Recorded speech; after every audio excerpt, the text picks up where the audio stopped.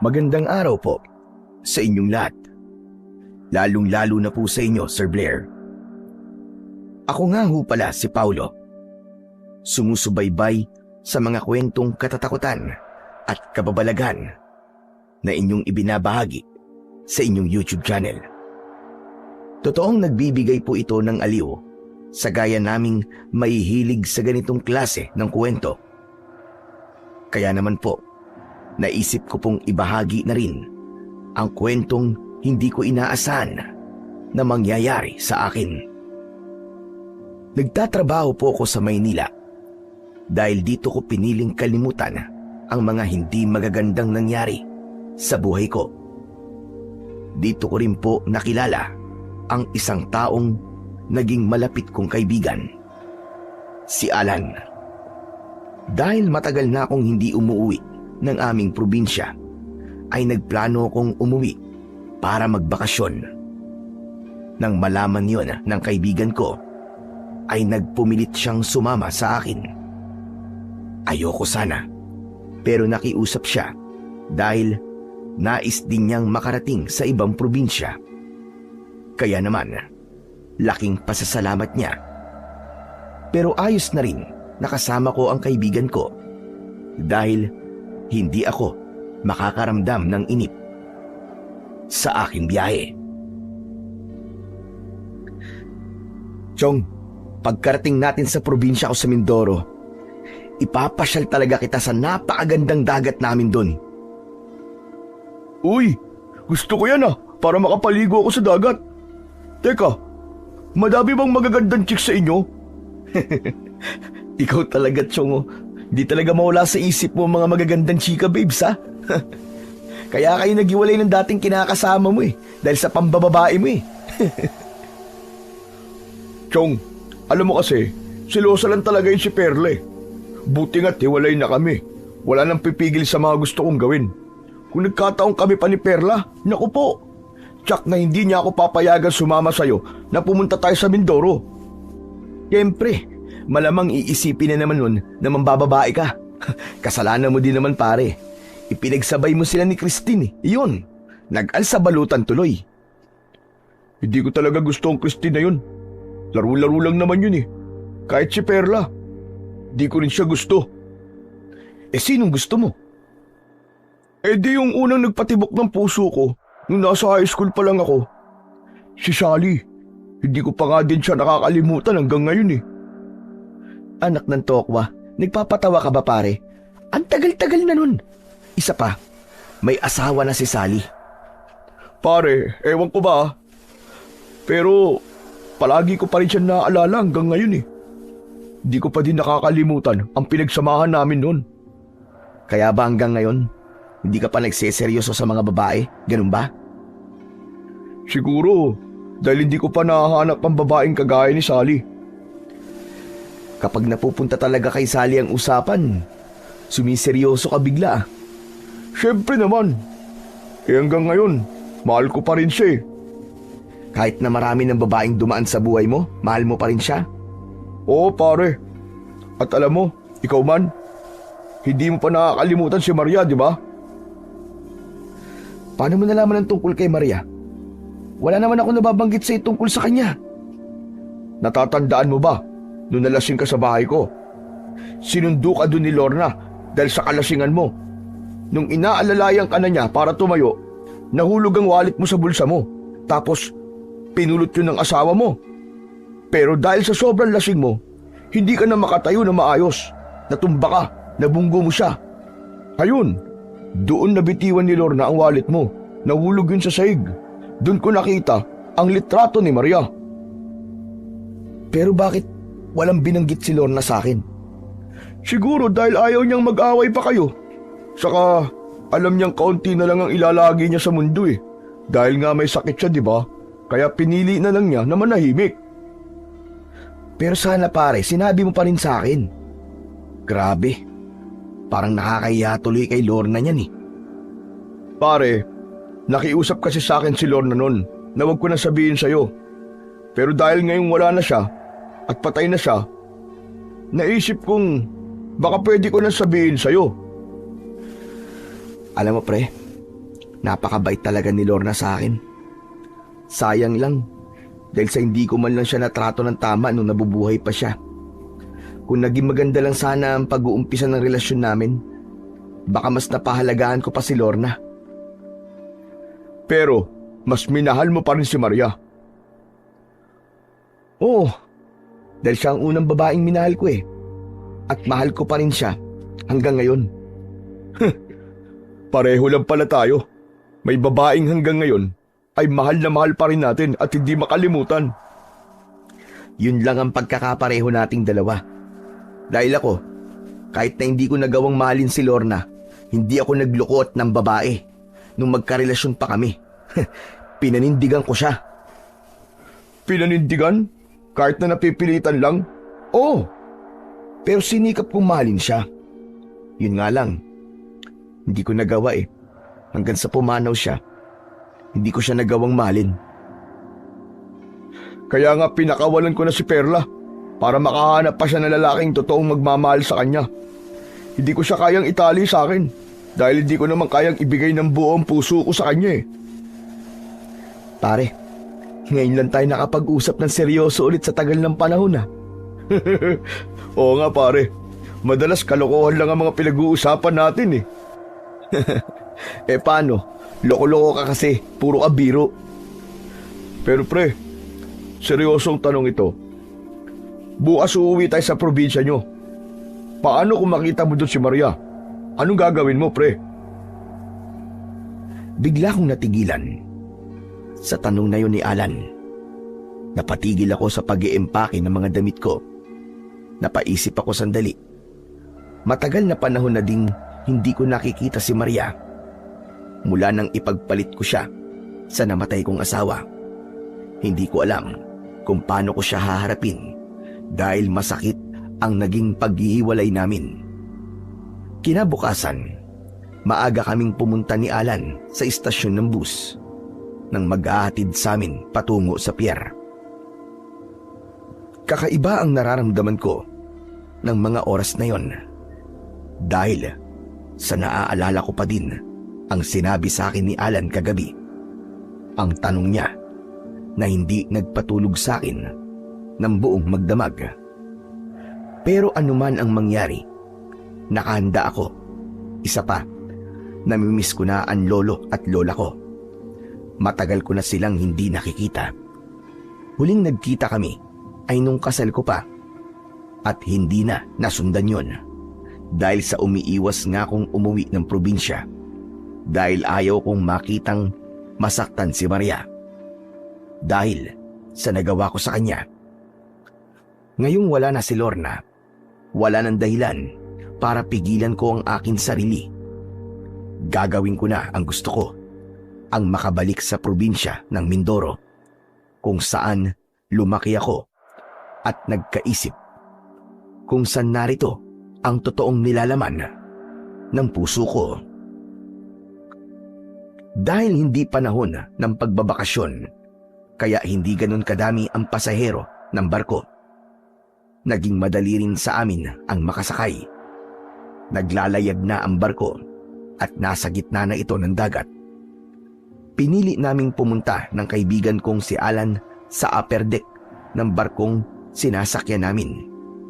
Kasama ang iba pang pasahero na ibig tignan ang dagat habang umaandar ang barko. Kaya naman, damang-dama namin ang hampas ng malakas at malamig na hangin. Wow, grabe! Nalalasap ko na ang masarap na hangin dala ng dagat. Kaya nga eh, matagal-tagal ko ding hindi naranasan to. Ay, sa wakas, ito na talaga. Makakarating na tayo sa probinsya ko. Salamat pare dahil isinama mo ako sa bakasyon mo to. Ito ang unang beses na nakasakay ako ng barko, baka akalain mo. Talaga? Pero Chong, wala yun. Alam mo namang parang kapatid na ang turing ko sa'yo, di ba? Mula pa nung nagkasama tayo sa trabaho, ikaw lang talaga ang pinagkakatiwalaan ko. Huwag kang mag-alala dahil marami pang susunod. Tuwing magbabakasyon ako dito, isasama kita. Yun, ayos. Aasahan ko yan pare Oo naman, Ako pa ba? Teka nga. Kagabi ka pa nagdadrama, napapansin ko ah. Ano bang meron sa'yo? Yun ba? Siguro dahil masaya lang talaga ako. Saka ang ganda pala dito sa gitna ng dagat, no? Talagang mapapasenti ka. Sus, tigilan mo na nga yan. Di bagay sa'yo ang corny mo. Mga gwapo lang ba ang pwede magdrama? Ikaw talaga, oo. Oo naman, yung mga kagaya ko. Mana yata ako sa lolo ko. Nasa lahi namin ang magagandang lalaki, baka akala mo. Baka lolo mo lang ang magandang lalaki, pero ikaw pare, nako, malabo yun. Teka. Papakita ko sa'yo. May larawan ako ng lolo ko dito sa pitaka ko eh. Patutunayan ko yan sa'yo. Inilabas ko mula sa pitaka ko ang larawan ng lolo at lola ko. Saka inabot ko yun kay Alan.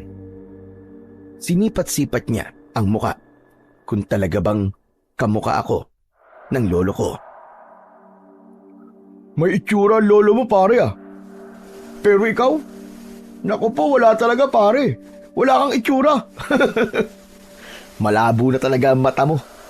Hindi mo makitang iisa ang hulma ng mukha namin ng lolo ko. Hindi na nagkomento pa si Alan sa mga sinabi ko. Kundi itinuloy na lang namin ang masaya naming kwentuhan. Inaalala namin ang lahat ng mga masasayang pinagsamahan namin mula nung magkakilala kami habang nakatanaw kami sa malawak na dagat. Habang nakasakay kami sa barko na maghahatid sa amin papuntang Mindoro. Ilang oras pa ang lumipas. Bumalik na rin kami sa aming pwesto sa loob ng barko. Maya-maya pa ay isang malakas na tila pagsabog ang aming narinig. Kasunod nun ay ang malakas na paggalaw ng barkong aming sinasakyan. Wari tumagilid yun. Dahil sa pangyayaring yon, biglang nagkagulo ang mga tao. Natataranta silang lahat. Hala! Ano nangyayari, pe? Hindi ko din alam, Alan. Dito ka lang ha. Huwag kang aalis dito. Babalikan kita.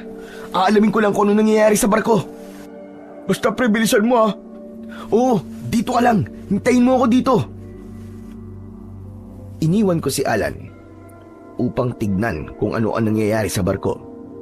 Subalit wala akong mapagtanungan. Nagtatakbuhan ang mga tao hanggang sa isang babae ang naipit sa nagtatakbuhang tao. Paharap na bumangga siya sa akin. Nagkatinginan kaming dalawa. Kahit na ilang taong hindi kami nagkita, hindi ako maaaring magkamali. Si Maria, ang babaeng yon. Maria? Paulo? Nandito ka din? Halika na, bilisan mo na! Iligtas mo na ang sarili mo! Bakit? Ano ba nangyayari? May sumabog sa makina. Ang barkong sinasakyan natin. Nagkaroon ng malaking butas. Anong oras? Lulubog na to! Ano ka mo?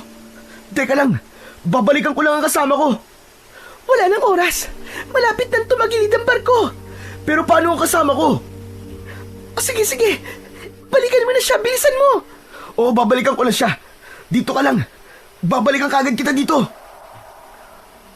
Sa kabila ng pagkakagulo ng mga tao, pinilit kong balikan si Alan. Ngunit pagdating ko sa pinag-iwanan ko sa kanya, ay wala na siya. Alan! Alan! Alan, nasaan ka? Alan! Ngunit kahit na anong sigaw ko, hindi ko na matagpuan si Alan. Bumalik ako sa lugar kung saan ko iniwan si Maria kanina. Subalit, hindi ko na rin siya nakita. Hanggang sa dahan-dahan ng lumulubog ang barkong sinasakyan namin, ang ibang tao ay lumundag na sa dagat. Nagpatihulog sa papalubog na barko, kaya tumalon na rin ako kahit wala akong suot na life jacket. Labis akong natakot ng mga sandaling yon. Hindi ko alam kung ano ang gagawin ko, pero kahit papano ay marunong akong lumangoy Kaya ikinimpay ko ang mga paa at kamay ko upang mapanatiling nakalutang sa tubig. Salamat na lamang at may nakita kong malapad na kahoy na palutang-lutang. Ikinawit ko ang dalawa kong braso doon.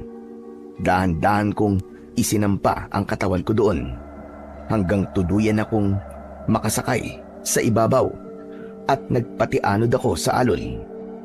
Hindi ko alam kung nakatulog lang ba ako o talagang nawalan ako ng malay.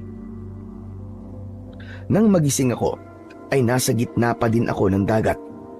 Dama ko ang matinding init ng sikat ng araw na pumapasok sa aking balat. Luminga ako sa paligid, pero wala na rin ang barko. Ganap na itong lumubog. Wala din akong makitang kahit isang tao sa paligid ko, kundi malawak na tubig dagat.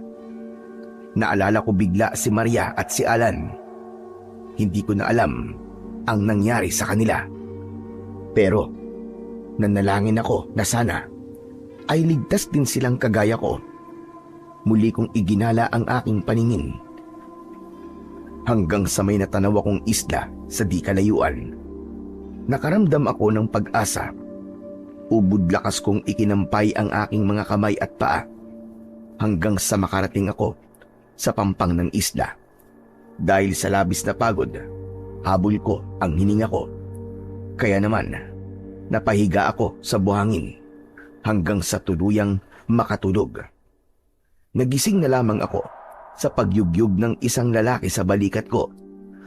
Sa aking tansya ay nasa 50 anyos na ang edad ng lalaking nasa harap ko ngayon. Kailangan mo ba ng tulong? Opo, kailangan ko po ng tulong. Salamat po sa Diyos. Dahil may tao po palang nakatira sa islang to. Ako si Umpong. Meron akong resort dito at di yun kalayuan. Gusto mo ba sumama sa akin? Doon ka muna tumuloy. Naku, salamat po. Kaya lang po wala po akong maibabayad sa inyo sa ngayon. Dahil sa nawala na po ang mga gamit ko Pati po ang pera ko. Huwag mo na munang alalahanin ang bagay na yon. Tumutulong talaga ako sa mga nangangailangan. Lalo na yung mga napapadpad sa islang ito. Halika na sa resort ko para makapagpahinga ka na. Sumama ako sa lalaking nag-alok ng tulong at unang nakita ko sa isla. Mukha kasi siyang mabait at isa pa, talagang kailangan ko ng tulong ng mga sandaling yon. Dinala niya ako sa kanyang resort. Sa labas nito ay hindi mo aakalaing isa tong resort sapagkat mataas ang bakod. Halos hindi matanaw ng mga tao ang loob nito. Kaya nag-alinlangan akong pumasok sa loob. Talaga po bang may resort sa lugar na to? Oo. Hindi mo nakikita ang nasa harapan mo? Nakikita ko po. Kaya lang bakit po napakataas ng bakod? Para pong ikinukubli sa mga taon lugar na to. Ayun ba? Mataas ang bakod dahil proteksyon sa malakas na alon. Pero halos lahat po ng resort na nakita ko po ay hindi ganito ang pagkakagawa.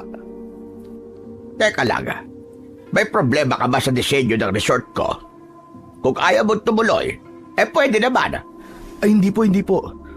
Nagtataka lang po talaga ako. Kung ganon, tara na sa loob. Huwag ka na mag-isip ng kung ano-ano. Ligtas ka sa lugar na ito. Sumunod ako sa matandang lalaking kausap ko. Pumasok ako sa loob ng resort. Pagkatapos kong makapasok, ay sa kanya inilagay ang lock ng mataas na tarangkahan. Bakit niyo po nilagyan ng lock? Upang walang makapasok na magnanakaw. Ganun lang kasimple yun. Pero mukha naman pong walang magnanakaw sa lugar na to Hindi ka nakakasigurado. Madaming mangingisda at mga pirata ang nagtutugo dito para magnakaw. Kaya nga doble ingat ang ginagawa namin dito. Pero Manong, may babalikan pa po ako sa dagat eh. May kasama po ako nung lumubog po ang barko. May nakita kaming babae sa Pampang kanina lang. Nasa loob na siya ng isa sa mga silid ng resort na ito. Baka kakilala mo siya. Babae po kamo? Babae po ang nakita nyo? Oo, babae nga. Gusto mo ba siya makita? Opo, pwede po ba? Kung ganon, sumunod ka sa akin. Dahil dadalhin kita sa kanya.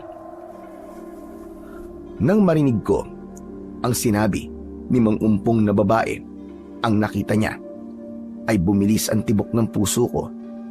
Umasa ako na sana ay si Maria ang nakita nila. Para sa ganon ay makatiyak akong ligtas na siya. Dinala ako ni Mang Umpong sa isa sa mga silid ng resort. Maayos ang kagamitan nila. Malinis at siguradong makakapagpahinga talaga ng maayos ang mga bisita. Maasikaso ang mga staff ng resort ni Mang Umpong. May isa lamang akong napansin. Hindi gaanong maliwanag ang mga silid ng kwarto kahit na katanghalian. Pag pumasok sa loob ng silid ay parang nag-aagaw ang liwanag at dilim. Hindi ko alam kung kasama yon sa konsepto ng kanyang resort o nagkataon lamang. Ganun pa man, ay hindi ko na din masyadong pinagtuunan pa yon ng pansin. Mas naging abala ang isip ko sa babaeng natagpuan nila kanina. Nakahiga siya at natutulog sa papag na higaan na nakalagay sa pinakasentro ng silid. Nakahinga ako ng maluwag nang makilala ko ang babaeng sinasabi ni Mang Umpong na iniligtas niya. Hindi ako maaaring magkamali. Si Maria yon, ang babaeng naging paksa ng usapan namin ni Alan. Pero nasan na kaya ang kaibigan ko? Saan kaya ito napadpad? Sana nga lang ay ligtas din katulad namin ni Maria. Kilala mo ba siya? Opo, kilala ko po siya. Asawa ko po siya. Nagsinungaling ako sa matandang lalaking kausap ko. Hindi ko sinabi sa kanya kung ano ang totoo. Aba, tignan mo nga naman. Talagang itinadhana kayong dalawa. Sa iisang lugar lamang kayo napadpad. Kahit na lumubog pa ang barkong sinasakyan nyo sa laot, pinagtagpo pa din kayong mag-asawa. Paano niyo po nalaman ang tungkol po sa lumubog na barko? Wala pa po akong sinasabi sa inyo ah. Dahil kanina pa usap-usapan nyo ng mga staff ko. Ganun po ba? Paano po nila nalaman? Malayo po sa kabihas na ng isla pong ito. Matagal na kami sa lugar na to. Sanay na kami dito. Kaya nga may mga pamamaraan kami kung paano makakasagap ng balita sa bayan. Kahit sa kabilang isla pa. Hindi tatagal ang negosyo ko dito kung pahuli-huli kami sa balita. Kung wala kang itatanong pa, aalis na muna ako. Ang staff ko na lamang ang magdadala ng ibang kailangan ninyo. Hindi na ako nagtanong pang muli kay Mang Umpong sapagkat napapansin kong nakakaramdam na siya ng inis sa bawat tanong ko sa kanya. Ang mahalaga lang sa akin ng mga sandaling yon, natiyak kong ligtas si Maria. Kasama ko siya sa iisang silid. May pagkakataong makausap siya ng sarilingan. Naupo ako sa upuan sa gilid ng papag na higaan. Naghintay ako na magising si Maria. Nang mapansin ko na gumagalaw na ang kanyang mga kamay, tumayo ako sa upuan. Saka lumapit ako sa higaan niya. Kaya nang magmulat siya ng mga mata, ako ang una niyang nakita. Nagulat siya, kaya agad siyang bumangon sa higaan. Paulo? Bakit ka nandito? Teka, nasaan ako? Anong lugar ito? Huminahon ka lang, Maria. Nasa isang resort tayo. Sa isla kung saan tayo napadpad. Resort? Sa isang isla? Pero, paano ako napunta dito? Sinabi ko kay Maria na pareho kaming survivor sa lumubog na barko at napadpad sa islang yon. Ayon sa matandang may-ari ng resort na to, nakita ka daw niya sa dalampasigan. Kaya yon, dinala ka rito. Ako naman ay kusang sumama sa kanya. Dahil natagpuan din niya ako sa tabing dagat. Kaya lamang, parang may kakaiba akong nararamdaman sa lugar na to eh. Ay, pasensya ka na nga pala kung sinabi ko sa may-ari ng resort na mag-asawa tayo. Ano? Nahihibang ka na ba? Bakit mo sinabi yun? Para wala na siyang marami pang tanong. Saka magkakilala naman tayo eh. Hindi lang basta magkakilala. Dati, meron tayong nakaraan, di ba? Pero, paano tayo magiging mag-asawa? Kung ikaw ay may asawa na. Sumakay ka na lang sa plano ko. Dahil kung mag-asawa tayo sa pagkakaalam nila, hindi nila tayo pag-iiwalayin ng kwarto. Teka, bakit mo ako gustong makasama sa loob ng isang kwarto? Kung may masama kang balak sa akin, huwag mong ituloy. Sisigaw ako ng malakas dito, sige ka. Ano ka ba? Wala akong masamang balak sa'yo. Ang ibig ko lang sabihin, mas makakakilos tayo ng maayos kung magkasama tayo sa iisang lugar. Kanina kasi, nang makilala ko ang may-ari ng resort, mabait ang tingin ko sa kanya. Pero nung nakapasok na ako dito sa loob ng resort, nakaramdam na ako ng kakaiba sa kanya. Kung ano-anong palusot pa ang sinasabi mo dyan, bakit hindi ka nila magsabi ng totoo? Nagsasabi ako ng totoo sa'yo. Matagal ka ng sinungaling, kaya hindi ako naniniwala sa'yo. Maria, alam kong galit ka sa akin, okay? Pero sa sitwasyon natin ngayon, kailangan nating magtulungan. Ay nako, ewan ko sa'yo. Bahala ka sa buhay mo. Maria naman, makinig ka naman sa akin kahit ngayon lang. Ayoko makinig sa'yo. Hindi ako makikinig sa'yo kahit kailan. Dahil hindi ako naniniwala sa'yo. Maria, ano ba? Kailangan nating isang tabi ang mga nangyari nun para makaalis tayo sa islang to. Simple lang naman ang solusyon dyan eh. Humingi tayo ng tulong sa mga may-ari ng resort na to.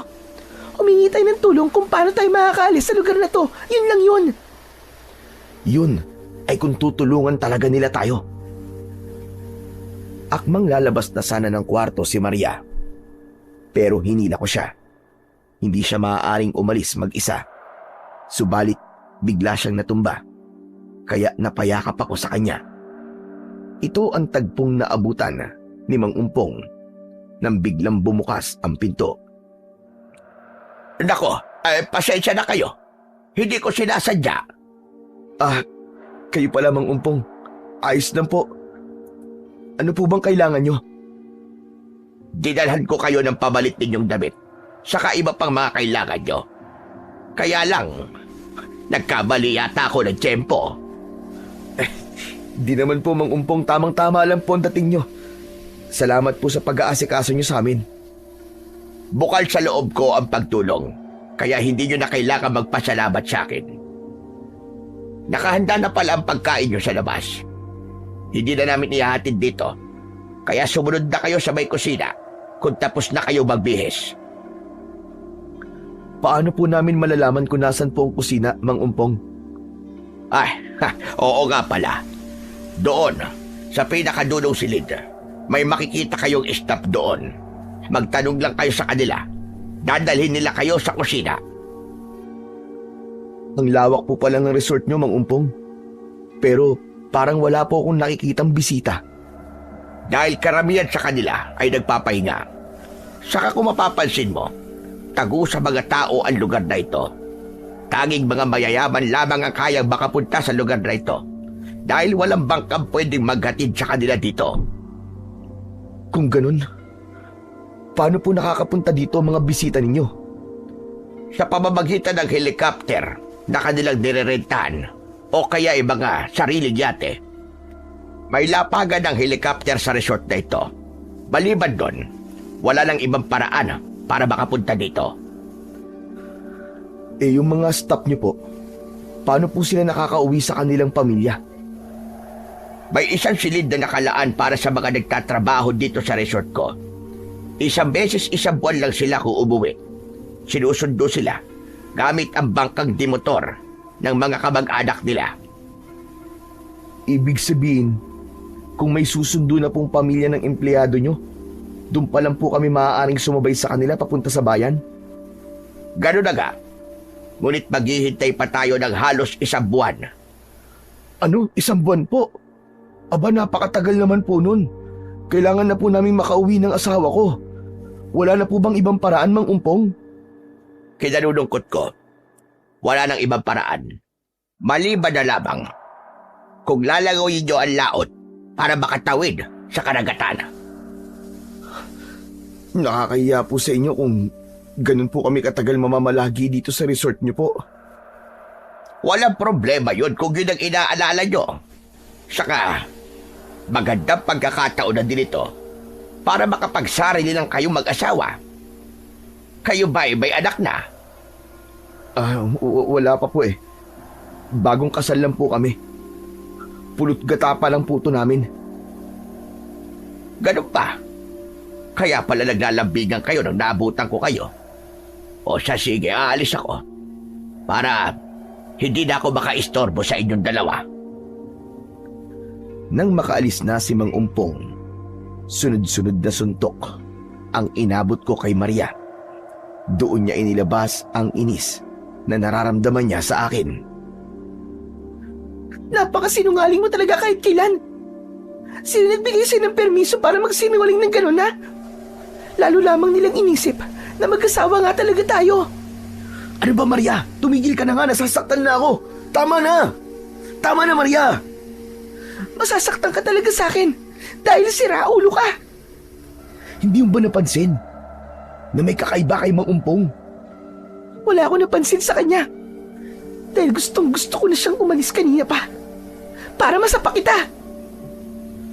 Kung lalawakan mo lamang ang pangunawa mo, Maria, maiintindihan mo ang ibig ko sabihin.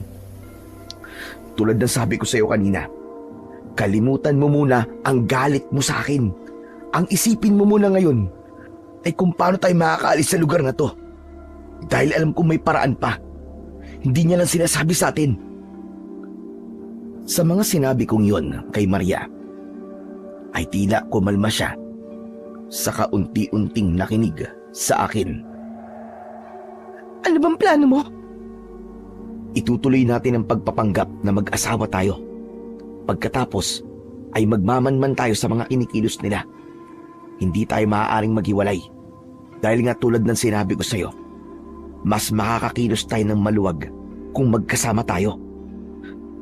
Teka nga, bakit kasi ang sama ng iniisip mo kay Mang Umpong? Siya na nga yung tumutulong sa atin eh. Ewan ko, hindi ko alam. Basta ang alam ko lang, masama talaga ang kutob ko sa kanya. Maria, please naman makisama ka naman sa akin, pakiusap. O sige, sasakay ako sa pagpapanggap na to, ha? Pero ngayon lang to. Oras na makaalis na tayo dito sa isla. Kakalimutan na ulit kita. Hindi na ako muli pang umimik sa mga sinabi niyo ni Maria. Naisip ko kasing matindi pa rin talaga ang galit niya sa akin. Hindi niya pa ako napapatawad dahil sa nangyari at kasalanan ko sa kanya sa nakaraan. O ano? Bigla ka na tahimik dyan. Halika na. Pumunta na tayo sa kusina. Nagugutom na ako. Tahimik lang akong nakasunod kay Maria habang papunta kami sa kusina. Nang makarating kami sa dulong bahagi ng resort, ay isang lalaki ang aming nakita. Siya ang pinagtanungan namin. Agad naman niya kaming iginiya sa daan. Habang patungo kami roon, tahimik kong pinagmasdan ang lalaking empleyado ni Mang Umpong. Malalim ang mga mata nito at maraming bulok ng ngipin. Nakita ko yon nang nginitian niya kami. Hindi normal para isang tao ang anyo ng lalaki. Tila ba puyat siya palagi o hindi talaga natutulog sa gabi. Para bang adik. Sa mga nadaanan naming iba pang empleyado, ay yun din ang una kong napansin. Nanlalalim ang kanilang mga mata at hindi makatingin sa amin ng diretsyo. Wari bang meron silang itinatago sa amin. Malayo-layo pa kami sa kusina ay may naamoy na ako na hindi ko nagustuhan. Amoy malansang karne. Hindi ko kinaya ang amoy, kaya kahit wala pa kami sa kusina ay naduwal na ako. Hoy, Paulo! Ano ba nangyayari sa'yo? Paulo! May masakit ba sa'yo? Wala to, Maria. Bigla lang sumama ang sikmura ko. Marahil ay dahil sa naamoy mo. Ang baboy rabog hinuli ko kanina. Ay, kayo po pala, Mang Umpong. Nakakagulat naman po kayo. Bigla-bigla na lamang po kayong sumusulpot. Pasensya ka na. Galing kasi ako sa kusina. Dinala ko doon ang nahuli kong baboy rabo na kinatay ko na rin. Nakita ko kayo, kaya nilapitan ko kayo. Doon po sana kami papunta, kaya alam po. Sumama po ang pakiramdam ni Paulo. Dito na muna kayo sa terasa. Dito ko nalang dadalhin ang pagkain ninyo. Labis ang sama ng pakiramdam ko ng mga oras na yon. Kaya naman, hindi na ako makapagsalita pa. Parang gusto kong mawalan ng malay. Subalit, pilit akong nagpapakatatag. At hindi ako pwedeng manghina sa sitwasyon namin ngayon ni Maria. Salamat, Maria. Kahit nagalit ka sa akin, inalagaan mo pa din ako. Hindi ko matitiis na hindi ka alagaan. Lalo na ngayon. Ganyan naman talaga ang mag-asawa. Nagkakatampuan man, pero inaasikaso pa din ang isa't isa. Ala, nakabalik na po agad kayo. Parang kakaalis nyo lang po ha. Hindi nga po namin namalayan ang yapak nyo paggalis at pagbalik. Ganito talaga kami dito. Sanay kami sa trabaho, kaya maliksi ang katawan namin. Ganun po ba? Pero sobrang bilis naman po yata. Dahil alam kong gutom na kayo, kaya binilisan ko ng kilos. Hala, sige na. Kumain na kayo mag-asawa. Tinignan ko ang dinilang pagkain sa amin ni Mang Umpong. Itsura pa lang nito ay hindi ko na mawari. Subalit gustong bumaliktad ang sikmura ko. Tila ba hindi karne ng hayop ang daladala niya dahil sa kakaibang amoy nito. Kahit nasa plato na ito at luto na, naaamoy ko pa din ang lansa. Pwede po bang tinapay at gatas na lang po ang ibigay niyo sa amin? Pero mas lalakas ang katawan mo kung ito ang kakainin mo. Mang Umpong, hindi ko po kaya eh. Bakit naman hindi? Dahil nga po sumasakit po ang sikmura ko. Mabigat po para sa tiyan ko kung karne po ang kakainin ko. Ikaw din ba, Maria? Ayaw mo kumain ng karne? Opo, Mang Umpong. Tinapay at gatas na lang din po ang sakin, kung pwede. Kung ganon, yun na muna ang ihahanda kong pagkain para sa inyo. Sandali lang. Babalik ako. Antayin nyo lang ako. Nakakahiyaman dahil naging mapili pa kami ni Maria sa pagkain. Kaya nga lang, hindi ko talaga kayang kainin ang pagkain dinala sa amin ni Mang Umpong. Nakahinga ako ng maluwag nang umalis na ang matanda para kumuha ng hiling naming pagkain. Kahit na anong mangyari, Maria, hindi tayo kakain ng karning ihahanda nila sa atin. Nagkakaintindihan ba tayo? Tama ka, Paulo. Ngayon naiintindihan ko na. May kakaiba nga sa mga tao sa resort na to. Kailangan mo magpalakas para makalis na agad tayo dito. Oo, Maria. Dahil hindi tayo maaaring magtagal sa lugar na ito. Nang matanaw namin na pabalik na sa terasa si Mang Umpong, tumigil na kami sa pag-uusap ni Maria. Ayaw naming isipin ni Mang Umpong na may kakaiba na kaming nararamdaman sa kanila. Oh, eto na. Narito na ang pagkaing hiniling ninyo. Tinapay at gatas. Ubusin nyo yan, ha? Lalo ka na, Paulo. Ngumiti lang ako ng bagya sa sinabing yon ni Mang Umpong. Pagkatapos niyang maisilbi sa amin ang pagkain, umalis na rin ito kaagad. Nakita namin na lumabas siya ng pintuan ng tarangkahan kung saan kami pumasok kanina. Dahil nga nasa labas siya, inisip kong hindi na nakalak ang pinto, kaya lumapit ako doon. Sumunod naman sa akin si Maria. Itinulak ko ang pinto, subalit hindi yun bumukas. May pumipigil na harang sa likod ng pinto. Bakit hindi bumukas, Paulo? Nakalak ang pinto mula sa labas. Ano? Kung ganun, wala talaga siyang balak na palabasin tayo rito. Pero bakit kaya? Hindi ko rin alam, Maria. Kaya mula ngayon, magiging maingat na tayo sa mga kilos natin. Kailangan natin makaisip ng paraan para makaalis na agad tayo dito. May naisip na akong paraan, Maria. Paano? Ano gagawin natin? Basta mamaya sasabihin ko sa'yo pag nasa kwarto na tayo. Kaya halika na. Bumalik na tayo doon. Eksaktong alis namin sa pinto ng tarangkahan nang biglang bumukasyon. Pumasok ron si Mang Umpong. Nakangiti siya habang nakatingin sa amin ni Maria. Napansin ko ang itim na plastik na bitbit niya. Habang papalapit siya sa amin, ay mas tumindi ang amoy mula sa laman ng plastik na dala niya.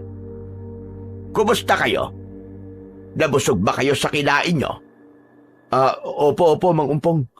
Salamat po sa pinakain niyo po sa amin. Walang anuman. Sige, kung tapos na kayo kumain, bumalik na kayo sa kwarto nyo. Magpahinga na muna kayo. Meron lang akong aasikasuhin ngayong gabi. Huwag niyo na po kaming alalahanin ng asawa ko, Mang Umpong. Kaya na po namin ang sarili namin. Mabuti kung ganon. O sa sige, mauuna na ako sa inyo. Pagkatapos noon, ay tumalikod na si Mang Umpong saka nagpatuloy sa paglalakad. Subalit nakakailang hakbang pa lang siya, naisipan nitong bumalik. Bakit po kayo bumalik, Mang Umpong? Naalala ko, may alak akong iniwan sa tokador na kwarto nyo. Pwede nyong inumin yon kung gusto nyo. Alam kong kailangan nyo ng pampagana. Kayo talaga, Mang Umpong, oh. Kung ano-ano pong kalokohan pong naiisip nyo eh. Libre yon, kaya samantalahin nyo na. Mukhang makakarami kami nito mamaya, Mang Umpong, ah. Galingan mo, bata. Dapat makabuo kagad kayo ng misis mo. Tila ba may kakaibang ibig sabihin ang mga salitang yon sa pandinig ko. Subalit, hindi ko na lang muna pinansin yon. Dahil mas pinagtuunan ko ng atensyon ay ang dala niyang nasa itim na plastic bag. Gusto kong malaman kung ano ang laman nun. Malansa ang amoy na para bang katulad sa amoy na naamoy ko kanina nung papalapit kami sa kusina. Natitiyak kong may kakaiba silang ginagawa sa resort na yon, lalo na't tagong-tago ang lugar na yon. Ang mga sinasabi nilang bisita ay wala naman kaming nakikita ni isa. Natigil lamang ang pagmumuni-muni ko nang biglang nagsalita si Maria. Halika na, Paulo. Bumalik na tayo sa kwarto. Bagya akong tumango kay Maria. Kasunod nun ay sumunod ako sa kanya sa paglalakad. Hanggang sa makarating kami sa kwarto. Inilak ko ang pintuan upang hindi basta-basta makakapasok ang ibang tao. O ano? Nandito na tayo sa loob ng kwarto. Sabihin mo na sa akin ang plano mo, Paulo. Mamayang gabi, magmamanman tayo sa kilos ng mga tao sa resort na to. Iikuti natin ang buong resort hanggang sa makahanap tayo ng daan palabas dito. Pero, hindi ba delikado ang binabalak mo? Oo, delikado nga. Kaya kailangan natin magdoble ingat. Hindi tayo pwedeng maghintay lang sa sinabi ni Mang Umpong na tutulungan niya tayong makabalik sa bayan pagkalipas ng 1 buwan. Aba, ang tagal nun. Tsaka yun nga, tulad ng sinabi ko, Nararamdaman kong nagsisinungaling siya sa atin. Ang totoo ay wala siyang balak na tulungan tayo na makaalis dito. Paano mo nasabihan? Kung totoong tutulungan niya tayo, bakit may mga nakabantay sa labas ng kwarto natin? May iba pa silang pakay sa atin. Kaya pinapayagan nila tayong manatili sa resort niya. Pero, anong pakay nila sa atin? Yun ang kailangan nating malaman. O ano? Handa ka bang tulungan ako sa plano ko? Oo, Paulo, handa ako. Gusto ko na din makalis dito. Baka nag-aalala na ang pamilya ko. Ako din. Baka nag-aalala na ang pamilya ko. Baka hinihintay ka na ni Lorna. Malabo yun. Hindi ako hinihintay ni Lorna. Asawa mo siya, di ba? Natural lang na hihintayin ka niya. Tama ka. Asawa ko nga siya pero hindi pa ako natatapos sa sasabihin ko ay tinalikuran na ako ni Maria. Kaya hinawakan ko ang kamay niya para pigilan siya. Magpahinga na muna tayo para may lakas tayo sa mga plano natin mamaya. Pakinggan mo muna ako. Pwede ba, Maria? Para saan pa? Wala ding magbabago kahit na ano pang sabihin mo. Meron, Maria. Meron. Dahil kapag pinakinggan mo ko, malalaman mo ang katotohanan sa totoong nangyari sa amin ni Lorna noon at ang kasalukuyang estado ng buhay ko. Bitiwan mo ng kamay ko, Paulo. Dahil hindi na ako interesado. Maria, mahal kita. Hanggang ngayon, mahal na mahal kita. Sinungaling ka. Kung totoong mahal mo ko, hindi ka magpapakasal sa isang babae. Hindi mo ako iniwan. Ginawa ko lang yun dahil buntis na si Lorna. Ako ang itinuturo niyong ama. Ano magagawa ko? Yun nga lang. Namatay ang bata nang ipinanganak niya. At si Lorna naman, nang malapit na siyang mamatay, doon niya lang inamin sa akin na hindi ako ang ama ng ipinagbuntis niya. Anong sabi mo? Patay na si Lorna? Oo, Maria. Patay na siya. Nagkaroon siya ng malubhang sakit. Magdadalawang taon na rin ang nakalipas. Sorry. Hindi ko alam. Paano hindi mo alam? Malapit lang sa bahay ng mga magulang mo ang bahay ng magulang ni Lorna. Kaya imposible namang hindi mo alam yun. Pagkatapos kasi ng kasal mo, umalis ako ng probinsya. Nagtungo ako ng Maynila. Ngayon lang din ako bumalik dito sa probinsya. Habang nasa Maynila ako, sinabi ko kay nanay na huwag na magkwento ng kung ano-ano tungkol sa amin. Kaya pala. Pero ngayong alam mo na ang totoo. Mapapatawad mo na ba ako, Maria? Alam kong nagkamali ako sa iyo noon. Kaya humihingi ako ng tawad sa iyo. Ayokong isipin mo na yan sa ngayon. Ang gusto ko ay makaalis na kagad tayo sa lugar na to. May isang tanong na lang sana ako sa iyo, Maria. Ano yun? May asawa ka na ba? O may minamahal ka na ba? Wala akong asawa. At lalong wala akong minamahal. Alam mo kung bakit? Dahil yan sa'yo, pisit ka. Dahil natakot na akong magmahal. Ayokong maiwan muli at masaktan. Patawarin mo ko, Maria. Pero maniwala ka sa akin. Hanggang ngayon, mahal pa rin kita. Bago ako umuwi ng probinsya, ikaw kaagad ang nasa isip ko. Ikaw ang gusto kong unang puntahan. Kaya nga nung makita kita sa barko, napakasaya ko. Kaya nga nung sinabi ni Mang Umpong na may babaeng nakita siya sa Pampang, ikaw kaagad ang naisip ko. Nag-alala ako ng gusto sa'yo. Baka kung napano ka na. Kaya sumama kaagad ako sa kanya. Ano pa lang gusto mong palabasin? Maria, nag-aalala ako sa'yo ng gusto. Hindi ko kaya mapahamak at mawala kang muli sa akin. Kaya nung makumpirma kong ikaw ngayon, hindi na ako umalis sa tabi mo. hanggang sa magising ka.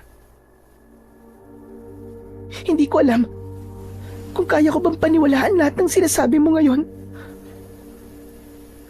Pakiusap, Maria. Paniwalaan mo naman sana ako. Dahil totoo lahat ng sinasabi ko sa'yo. Mahal na mahal kita hanggang ngayon. Walang nagbago sa nararamdaman ko para sa'yo. Hindi na muli pang nagsalita si Maria. Sa halip, naglakad siya patungo sa bintana ng kwartong kinaroroonan namin. Sinundan ko siya dahil gusto kong makumbinsi siya para paniwalaan niya ako. Subalit, habang nakatanaw kami sa labas ng bintana, nahagip ng aking paningin ang pagtakbo ni Mang Umpong patungo sa malaking puno na hindi kalayuan sa aming kwarto. Mula sa punong pinuntahan ni Mang Umpong, hindi ko na siya natanaw. Saka lumabas naman ang isang baboy. Nakapagtataka sapagkat imposibleng magkaroon ng baboy doon. Saka lumipas na ang ilang minuto, subalit hindi pa rin lumalabas sa punong pinagkublihan si Mang Umpong. Hindi man ako gaanong sigurado sa nakita ko dahil nag-aagaw na ang dilim at liwanag ng mga sandaling yon. Subalit, mas pinatindi nito ang kakaibang nararamdaman ko sa paligid. Nakita mo ba nakita ko, Maria? Oo, Paolo. Nakita ko. Ayos ka lang ba? Parang namumutla ka. Natakot ako bigla, Paolo.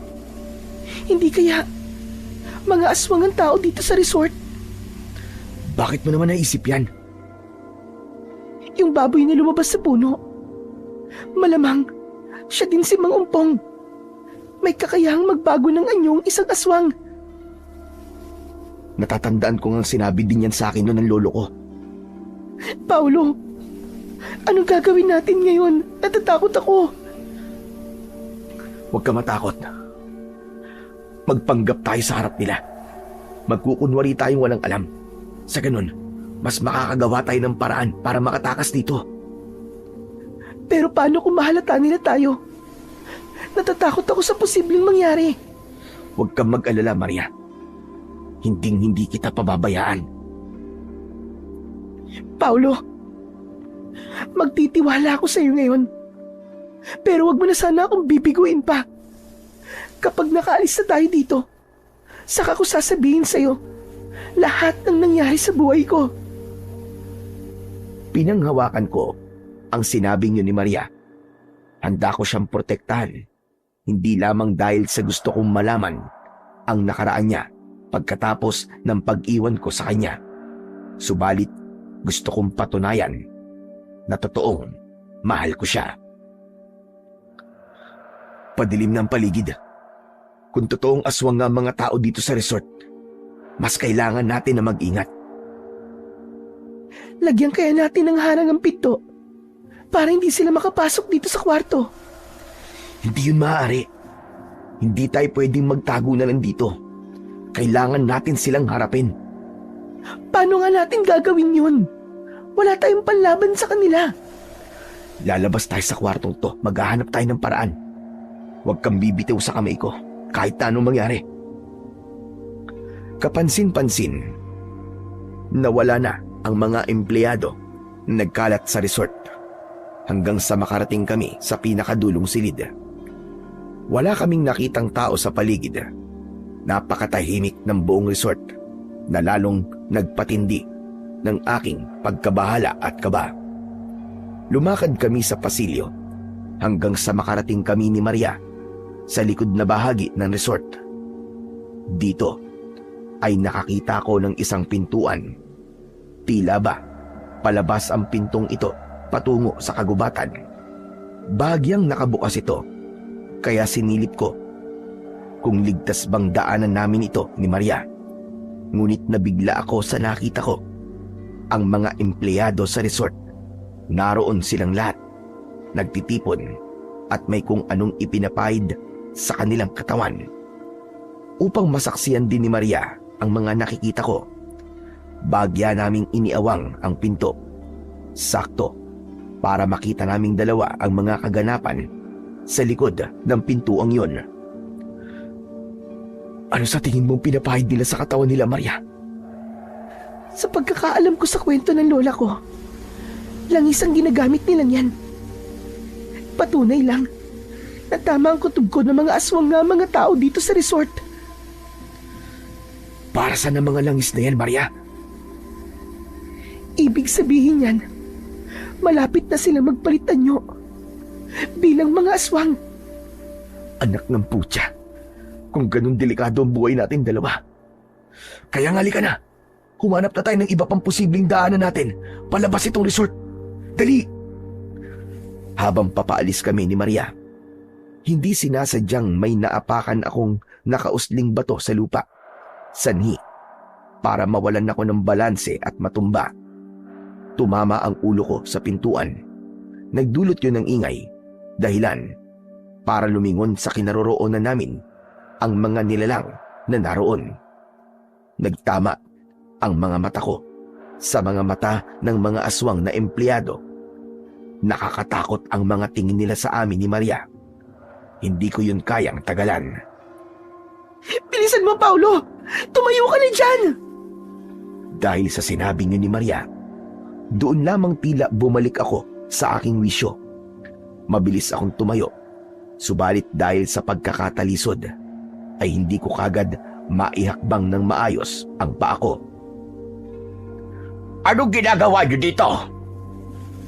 Si Mang Umpong yun na nagsalita. Galing siya sa likuran namin. Kung paano siyang nakalapit sa amin ay hindi ko na napansin. Magpapahangin lang po sana kami ni Maria. Kaya lang po napadpad po kami dito ni Maria sa gawing ito ng resort nyo. Ayoko gumagala kayo sa kung saan-saan. Hindi ibig sabihin na pinayagan ko kayong manatili dito ay pumapayag na kung magpakalat-kalat kayo. Namamasya lang naman po kami, Mang Umpong. Nililibang po namin ang mga sarili namin dahil wala naman po kaming masamang gagawin eh. Nakalimutan mo na ba ang alak na sinabi ko sa iyo kanina? Dapat ay doon lang kayo sa kwarto nyo. Doon nyo dapat nililibang ang sarili nyo. Alam kong alam nyo na ang ibig ko sabihin. Madaming pagkakataon po para doon. Ang gusto lang naman po namin malibang po sa magagandang tanawin po dito sa isla. Maglakad-lakad at lumanghap po ng sariwang hangin. Pero nakakaistorbo kayo sa aking mga bisita. Ho, wala po kaming nakikitang bisita rito sa resort na to. Mukhang kami nga po lang ni Maria ang tao po sa lugar na to eh.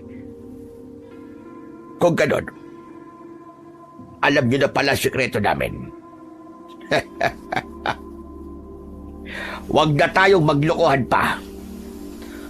Anong sikreto po ang sinasabi niyo, Mang Umpong? Na lahat kami dito sa resort ay mga aswang. Ho? Nagbibiro po ba kayo? Huwag ka na nga magpanggap na kunwari ay hindi nyo alam. Nakita nyo ang ginagawa kanina ng mga empleyado ko, hindi ba? Ang alin po? Yung nagpapahid po ba sila ng langis sa katawan nila? Di ba, ginagawa lang nila yun para kuminis po ang balat nila? Ipagpapatuloy mo pa din ba ang pagpapanggap mo? Kung ipakita ko na sa inyo ang totoo kong anyo. Pagkasabi ni Mang Umpong ng tunay nilang pagkatao, ay nagpalit ng anyo ang matanda. Naging nakakatakot na tila ba halimaw ang anyo nito. Mapupula ang mga mata, maitim na parang uling ang balat, mahaba at matutulis ang mga kuko. Nakakatakot ang anyo niya. Kasunod noon ay ang pagbabago din ng anyo ng mga empleyado ng resort. Lahat sila ay naging kawangis ni Mang Umpong. Anong gagawin natin, Paulo? Nakakatakot ang anyo nila. Huwag niyo kami sasaktan. Maawa na kayo sa amin. Huwag kayong mag-alala. Hindi pa namin kayo papatayin sa ngayon. Dahil may kailangan pa kami sa inyo. Anong kailangan niyo sa amin? Imbis na sumagot, ay hinila kami ng mga empleyado niyang lalaki pabalik sa loob ng kwarto namin. Pagkatapos ay itinali nila si Maria sa kama. Itinali nila ang mga kamay at paa nito. Pakawalan niyo si Maria! Anong gagawin niyo sa kanya? Wala kaming gagawin sa kanya. Kung susunod ka, sa iutos namin sa'yo. Pati ang boses ni Mang Umpong ay bahagyang nagbago din. Para bang lumaki at nakakatakot ang boses niya na para bang nasa ilalim ng kuweba.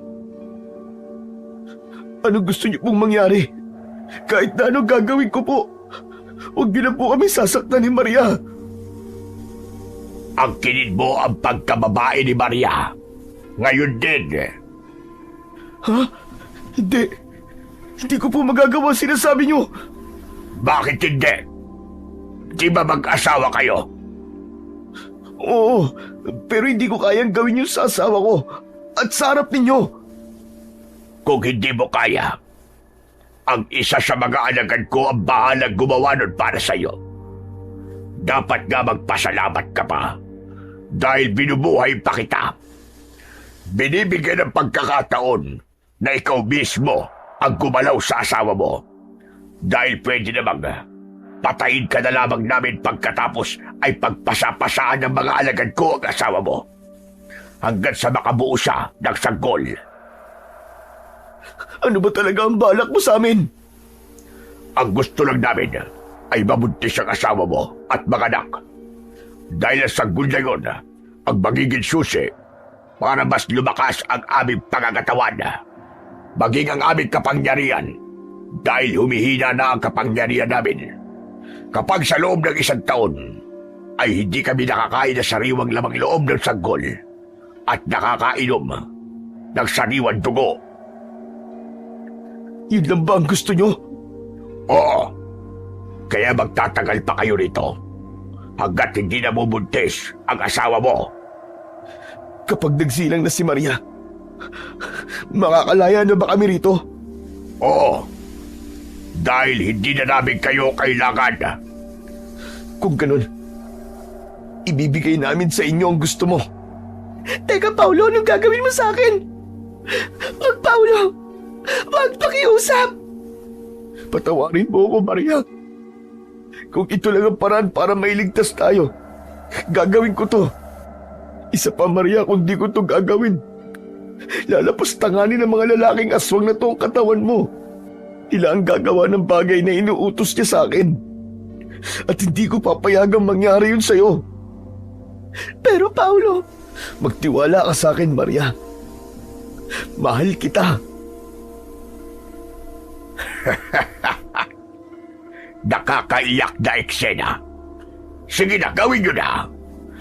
Hindi na ako makapaghintay sa isang sanggol. Matagal-tagal nang walang naliligaw na tao sa lugar na ito. Kaya hindi namin palalampasin ang pagkakataong ito. Maaari bang tanggalan mo ng tali si Maria? Ayokong gawin yun na para bang pinagsasamantalaan ko ang babaeng minamahal ko. Dahil nakatali siya. Sige, gagawin ko ang hiling mo. Pero siguraduhin nyo lang na hindi kayo tatakas. Paano ka namin matatakasan? Sige nga. Nakapalibot kayong lahat sa amin. Inutos ni Mang Umpong sa kanyang mga alagad na tanggalin ang tali ni Maria. Pagkatapos ay naupo siya sa maliit na upuang kahoy sa gilid mismo ng papag na hinihigaan namin ni Maria. Saka, nagpakuha ng karning hilaw at sariwang dugo. Habang inaangkin ko si Maria, kumakain siya ng buhay na karne at umiinom ng sariwang dugo sa gilid. Sa tabi niya ay ang alagad niya na matyagang nakatayo, naghihintay sa mga utos niya. Nang maubos na ang pagkain ni Mang Umpong, siya ding tapos namin ni Maria. Ramdam mo ang sama ng loob at pag-iyak ni Maria. Magaling. Gabi-gabi natin gagawin ito hanggang sa makabuo kayo ng sanggol. Walang iya ka! Demonyo ka! Demonyo! Hindi ba't nasarapan kayo sa isa't isa? Maliban na lang, kung gusto mong subukan naman ang mga alagad ko. Wala kang kasing sama, hayop ka! Mga kampon kayo ni Satanas! Tandaan mo, Maria, sanggol na magliligtas at magpapalakas sa lahi namin ang kailangan ko. 1 buwan upang magawa mo yon. Kapag hindi mo yun maibigay sa akin, magiging alipin ka ng mga lalaking aswang dito at ang asawa mo ay papatayin namin. Nang makalabas na ng kwarto si Mang Umpong kasama ang mga alagad niya, tumayo si Maria sa kama. Nag-umpisang magbihis. Saka naupo sa isang sulok ng kwarto. Walang tigil ang pag-agos ng luha sa kanyang mga mata. Nilapitan ko siya. Sa kapilit na pinakalma. Layuan mo ako, Paulo! Hayaan mo muna akong mag-isa. Patawarin mo ako, Maria. Kung gusto mo, sampalin mo ako, saktan mo ako, suntukin mo ako. Gawin mo lahat ng gusto mo sa akin, tatanggapin ko lahat yun. Kung yun ang ikagagaan ng pakiramdam mo. Wala namang mababago kahit na gawin ko yun sa'yo. Wala na ang pagkababae ko. Nakuha mo na ng ganun lang. Naramdaman ko na yun ang unang beses mo. Kaya nga patawarin mo ko, Maria. Ibig sabihin lang nun ay hindi ka nga talaga nakipagrelasyon sa iba. Mula nung maghiwalay tayo. Hindi yun ang tagpong pinapangarap ko. Para sa unang pagkakataong ibibigay ko ang sarili ko sa lalaking mahal ko. Ngayon wala na. Nasira na ang lahat. Sinamantala mo ang pagkakataong yun. Hindi, Maria. Huwag mong isipin yun. Ginusto ko lang na iligtas ka, pati na ang buhay ko. Dahil aanin mo ang pagkababae mo. Kung kinain ka na ng mga aswang na yun. Kung pinatay na nila tayo. Sana nga pinatay na lang nila ako. Dahil hindi ko matanggap ang nangyayaring ito sa akin. Maria, huwag kang mag-alala. Makakatakas din tayo dito. At pag nangyari yun, papanagutan ko ang nangyari sa atin. Paano nga? Saka kailan? Kapag napagsawaan mo na ang pagkababae ko? Kapag nakuha mo na ng gustuhan natin sa akin? Kung kailan wala na akong bukang mahiharap sa'yo? Sa kabila ng pagtanggi ni Maria, pinilit kong yakapin siya. Gusto kong maramdaman niyang mahal ko siya. Kahit na sa ganoong paraan, may namagitan sa amin. Para sa akin, ay hindi nababawasan ang pagkababae niya. Nang gabing yun, hinayaan ko lang na makatulog si Maria. Alam namin na nasa resort kami na puro aswang ang nakapaligid. Pero tiyak kaming ligtas kami ng gabing yon. At sa mga susunod pang gabi, hindi nila kami papatayin hanggat hindi nagbubunga ang ginawa namin ni Maria. Kaya kahit na may mga kaluskos kaming naririnig sa labas ng kwarto namin, maging huni ng mga hayop na pinapatay nila, hinahayaan na lang namin. Kahit paano, ay nawala ang takot namin ni Maria. Alam kong nasa panganib pa rin kami, subalit nakatulog pa rin ng gabing yon. Kinabukasan, nagising ako sa muling pagbukas ng aming kwarto. Iniluwa ng pintuan si Mang Umpong. Nakangiti ito habang inaabot sa akin ang isang basket. May takip na puting tela sa ibabaw nun. Kaya hindi ko alam kung ano ba ang laman ng basket na dala niya. Pagkain yung dalawa. Kagabi pa kayo hindi kumakain. Salamat, Mang Umpong.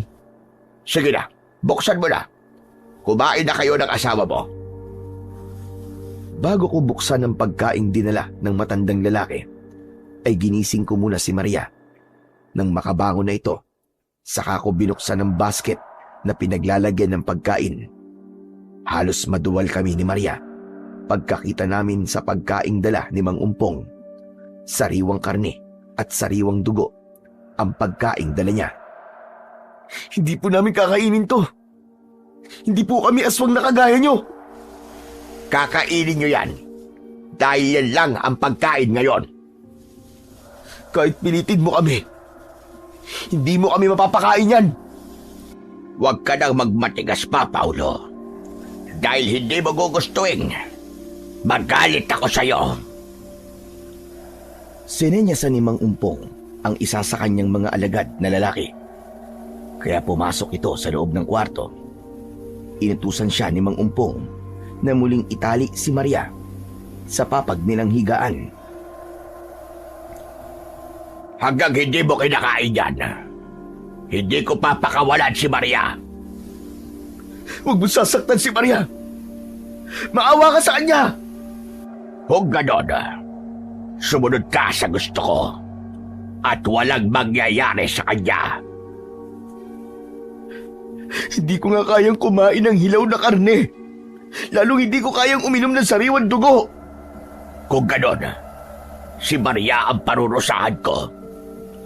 Gawin mo na ang inuutos ko, Bugnoy! Agad na umakyat si Bugnoy sa ibabaw ni Maria, habang si Paulo ay hawak at pinipigilan ng iba pang mga alagad ni Mang Umpong. Matapos na makadagan ito sa katawan ni Maria, nagpalit ito ng anyo bilang aswang.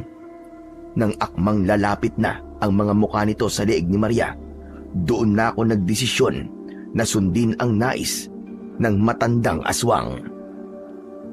Sige na, sige na! Gagawin ko na ang gusto mo! Huwag niyo na lang kalawin si Maria! Nakikiusap ako! Madali ka naman palang kausap. Pinahihirapan mo pa kami. Pikit mata kong kinain ang sariwang karne at ininom ang isang basong dugo. Halos mahimatay ako sa sama ng lasa nito. Pero matapos kong gawin, pinakawalan na din nila si Maria. Bakit ba ginagawa mo to sa amin? Ano bang kasalanan namin sa inyo? Wala kayong kasalanan sa amin. Subalit ang mga taong kagaya ninyo, malaki ang kasalanan sa amin. Pinatay ng mga tao ang asawa at anak ko. At bilang ganti ko sa mga tao, kayo naman ang pahihirapan ko. Pero hindi kami ang pumatay sa asawa at anak mo. Ang lolo mo at lolo ni Maria ang pumatay sa asawa at anak ko. Sino ba talaga kayo? Gusto mo malaman ang totoong pagkatao ko? Tumingin kayong mabuti. Nagbago ang anyo ni Mang Umpong. Naging isang mas matandang lalaki siya. Nasa tansya ko ay nasa 70 taong gulang na. Kahit na matanda na ito, matagal ko na ding hindi nakita. Alam kong si Mang Ambo ang lalaking nasa harapan ko. Mang Ambo? Mang Ambo, kayo ba talaga yan?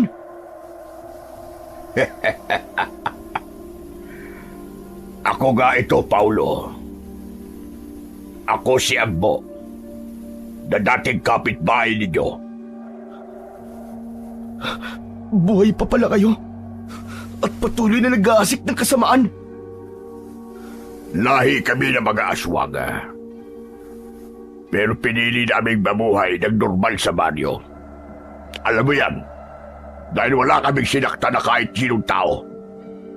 Pero pinatay ng lolo mo ang asawa ko. Kung ganun, ang asawa niyo ang aswang na sumalakay sa bahay namin nung buntis ang nanay ko sa bunsong kapatid ko. Ang asawa mo din ang pumatay sa sanggol na ipinanganak ng nanay ko. Kaya pinatay siya ng lolo ko.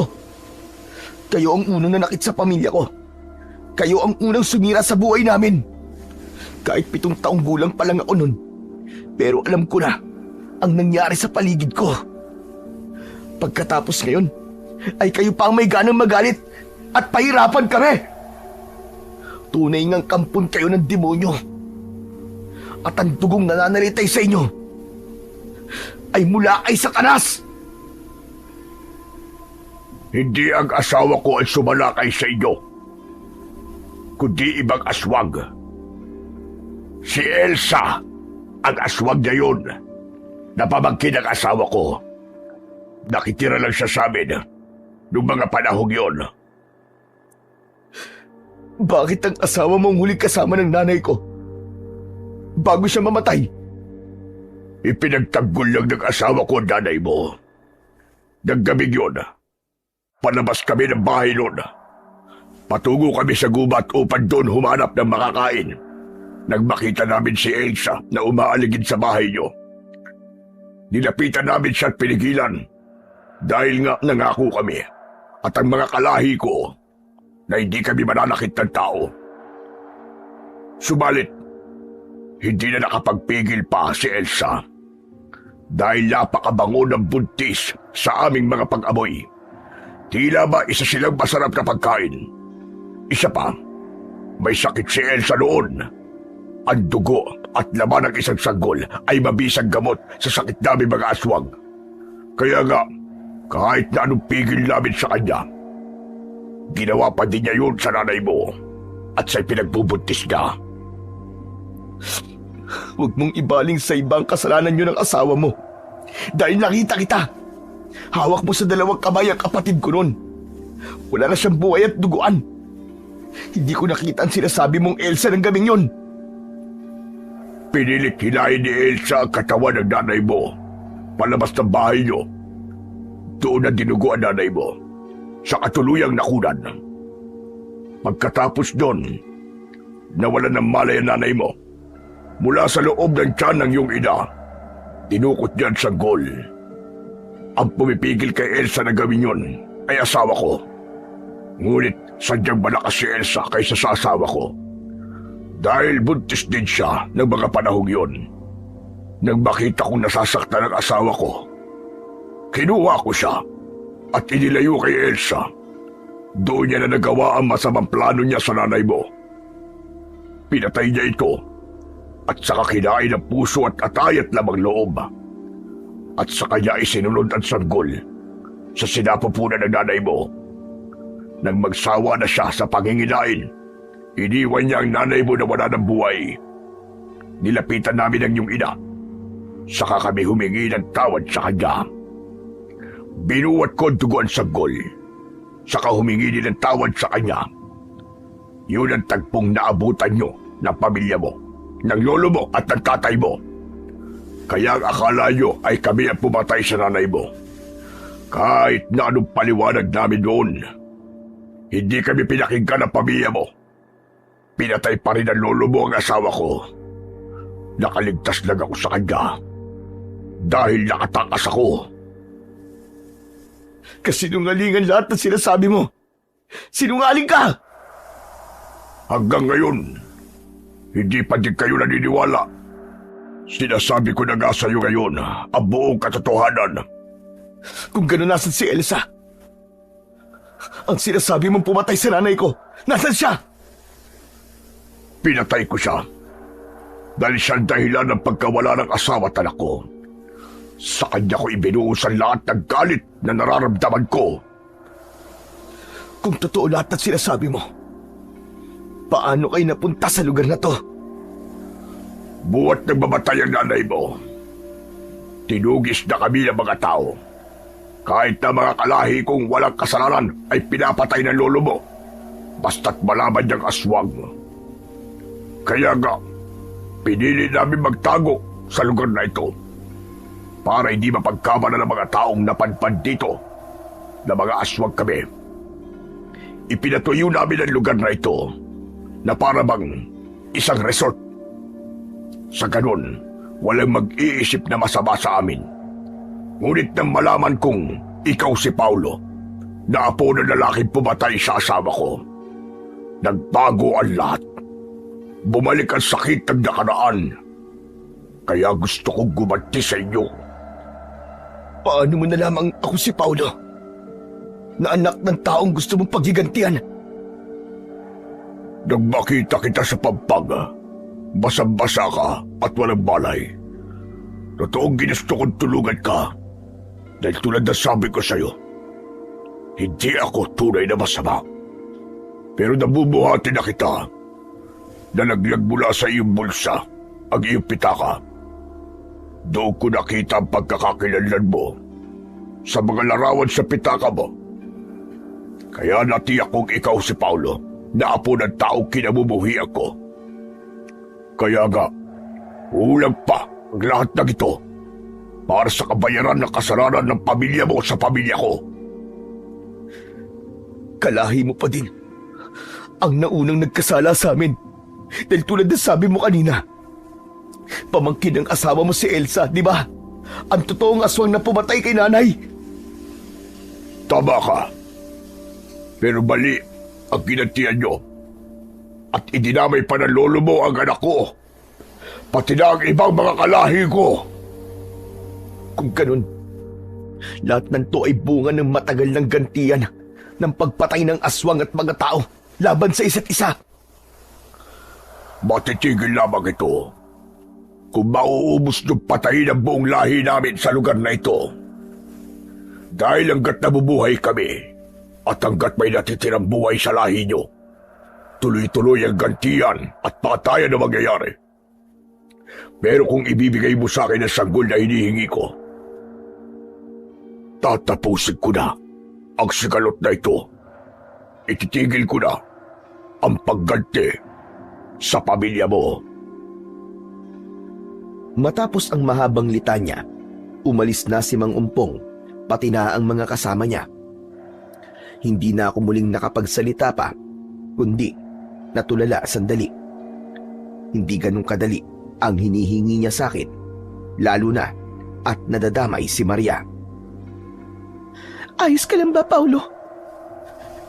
Nasusuka ka pa ba? Hindi na, Maria. Salamat sa pag-aalala mo. Ikaw ayos ka lang ba? Hindi ka ba nasaktan sa pagkakatali mo? Hindi naman ganun kasakit. Ikaw ang inaalala ko ngayon. Jack na hindi kanya titigilan hanggat hindi natin na ibibigay ang gusto niya. Hindi na natin susundin ang gusto niya, Maria. Lalaban tayo sa kanya. Sa sandaling lapastanganin ka ulit niya. Handa kong ibigay sa iyong sarili ko, Paulo, ng paulit-ulit. Pero hindi sa ganitong paraan. Hindi agad ako nakapagsalita sa sinabi niyo ni Maria. Buong akala ko ay puro galit lang ang nararamdaman niya sa akin. Ibig bang sabihin, may natitira pang pagmamahal sa puso mo para sa akin, Maria? Oo, Paulo. Inaamin ko hanggang ngayon mahal pa rin kita. Kaya nga hanggang ngayon hindi pa ako nag-aasawa. Dahil hindi ko kayang ibigay ang puso ko sa iba. Nangilid ang luha ko sa aking mga mata. Hindi ko inaasahan na maririnig ko yun kay Maria. Mahal na mahal kita, Maria. Pangako ko sa iyo makakaalis tayo sa lugar na to. Ligtas tayong makakaalis dito. Kasama mo ako sa laban na to hanggang dulo. Hindi kita iiwan, Paulo. May naisip na akong paraan para makaalis tayo dito. Anong pamamaraan yon, Paulo? Nilapitan ko ang bintana ng aming kwarto. Inumpisan kong sirain ang bintana na yon gamit ang tinidor na naiwan nila. Kinalas ko ang tornilyo ng bintana. Dahan-dahan lang ang naging pagkilos ko upang hindi makagawa ng anumang ingay. Nang matanggal ko na ang panara ng bintana, saka ko itinali ang dulo ng kumot sa bahaging pinagtanggalan ng tornilyo sa bintana. Ang kabilang dulo nito ay siyang inilaylay ko upang magamit naming daanan pababa sa lupa.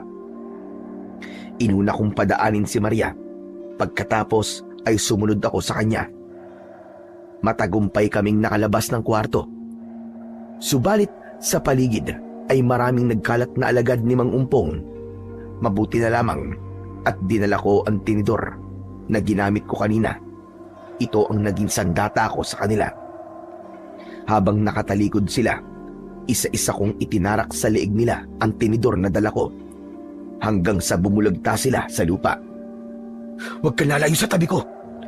Sumunod ka lang sa paglalakad ko. Oo, dito lang ako sa likod mo, Paulo. Saka Maria, Kumuha ka ng bato na maaaring pamukpok sa ulo ng mga demonyong aswang na to. Hindi man yun makakapatay sa kanila. Kahit paano, panlaban na din yun. Sinunod ni Maria ang sinabi ko sa kanya. Hanggang sa makarating kami sa likod ng malaking tarangkahan na daan patungo sa gubat. Laking tuwa ko nang makita kong nakabukas ang pinto ng tarangkahan. May isang nagbabantay doon, subalit abala sa pagdidilig ng mga halaman. Sinamantala ko ang pagkakataon na yon. Habang nakatalikod siya, kumuha ako ng malaking bato mula sa lupa. Inihampas ko yon ng ubod lakas sa ulo niya. Dahilan para mawalan ito ng malay tao niya. Dahil doon ay malaya kaming nakalabas ng pinto ni Maria. Nagtatakbo kami sa pangpang ng dagat. Subalit dahil sa takot na makita kami ng iba pang alagad ni Mang Umpong, pinasok namin ni Maria ang kagubatan. Lakad at takbo ang ginawa namin, makalayo lamang sa resort. Nang sa tingin namin ay nakalayo na kami, naupo na kami sa mahabang punong kahoy na nakatumba sa lupa. Habol ang aming hinga dahil sa pagod. Paolo, saan na tayo pupunta ngayon? Anong plano? Hindi ko na din alam. Pero malaga, nakaalis na tayo sa loob ng resort. Natitiyak ko sa mga oras na to. Nalaman na ni Mang Umpong ang pagtakas natin. Malamang, hinahanap na nila tayo. Dapat makahanap tayo ng mapagtataguan. Dahil tiyak na hahanapin nila tayo. Paano kung mahanap nila tayo dito sa gubat? Matagal na silang namumuhay dito. Kaya kahit ang kagubatan na to, kabisado nila. Ilang sandali pa, habang nagpapahinga kami ni Maria, ay may narinig akong kaluskos sa paligid. Inilinga ko ang paningin ko, subalit wala akong nakita. Kinakabahan ako ng mga sandaling yon. Anong ingay yun, Paolo? Hindi ko din alam. Baka mga alagad yan ni Mang Umpong. Anong gagawin natin? Halika, umalis na tayo dito. Hinawakan ko ang kamay ni Maria. Sabay kaming tumakbo sa kagubatan. Subalit tila sinusundan kami ng mga kaluskos sa paligid. Kaya mas binilisan namin ni Maria ang pagtakbo. Hindi namin inalintana ang mga sangang nakahambalang sa daan.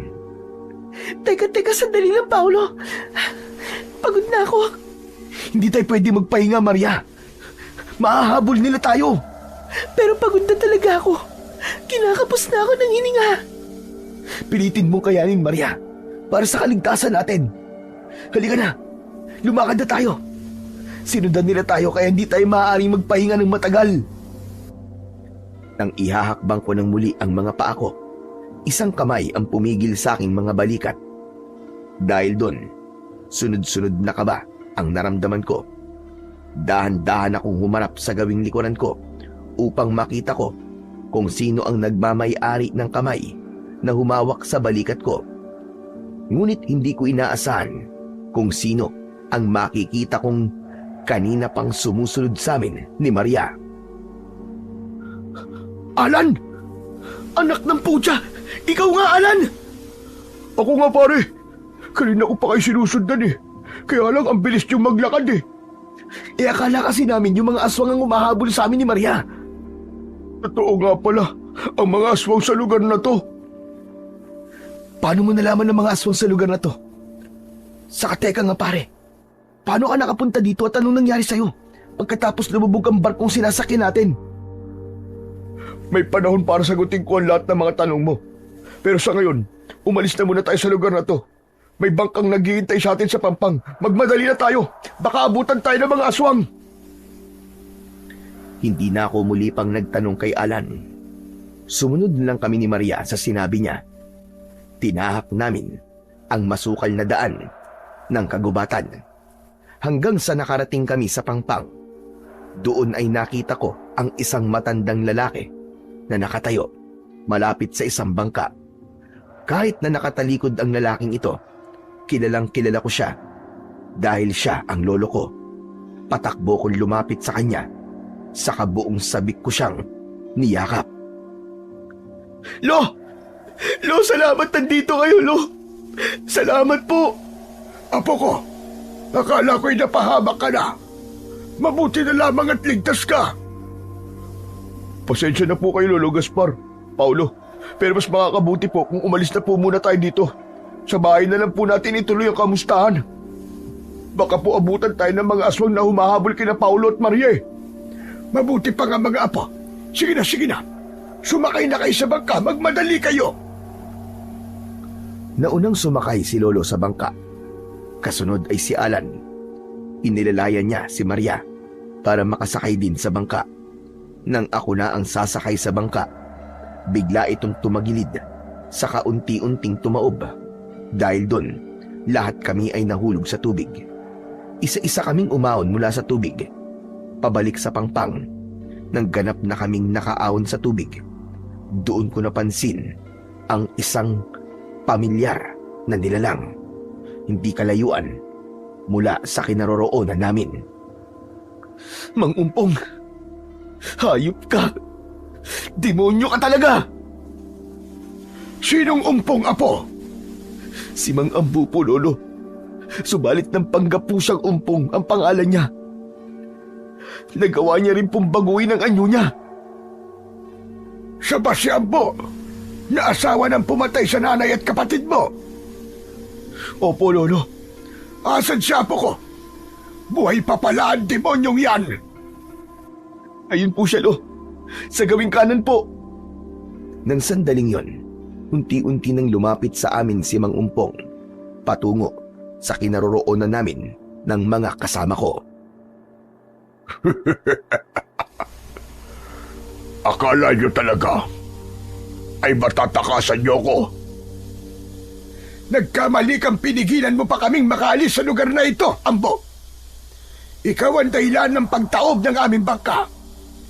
Ngayon, sa pagkakataong ito, titiyakin ko sa iyo na mamamatay ka na! Nagpapatawa ka ba, Gaspar? Kung doon, hindi mo ako napatay. Ngayon pa kayang matanda ka na. Bakit hindi mo subukan na matandang sinasabi mo? Sige! Tignan ko lang kung kaya mo pang labanan ang medalyon ko! Hindi ako lumalaban sa uugod-ugod na at sa matandang nakatungkod na. Ang sumunod na pangyayari ang hindi ko inaasahang magaganap. Ang tungkod ni Lolo naging isang sanga ng baging, kasabay nun ng pagliwanag ng suot niyang medalyon. Subalit kahit na ipinakita na ni Lolo ang kanyang kapangyarihan, hindi pa din talaga natinag si Mang Umpong. Sa halip na matakot, malakas na tawa pa ang pinakawalan niya. Kahit na may kapangyarihan ka pa, kahit gaano ka pa kalakas at magtulong-tulong kayo, hindi niyo ako kaya. Alam mo kung bakit? Tumingin kayo sa inyong likuran. Pagtingin ko sa aking likuran, nakita ko ang mga empleyadong nagtatrabaho sa resort ng matandang aswang. Lahat sila ay mga aswang at papalapit na sa amin. Lo, paano na po ito? Ano pong gagawin natin? Ang dami po nila. Hindi niyo po kayang labanan silang lahat, Lo. Magtiwala ka sa akin, Apo. Makakaya kong paslangin ang lahat ng mga kampo ng demonyo. Sige na, magmadali kayo. Magtungo kayo sa nakataob na bangka. Subukan niyong itihaya ulit yun. Ako na ang bahalang humarap sa mga diablong buwang na ito. Hindi ko kayang tiisin ang lolo ko na lumaban ng mag-isa.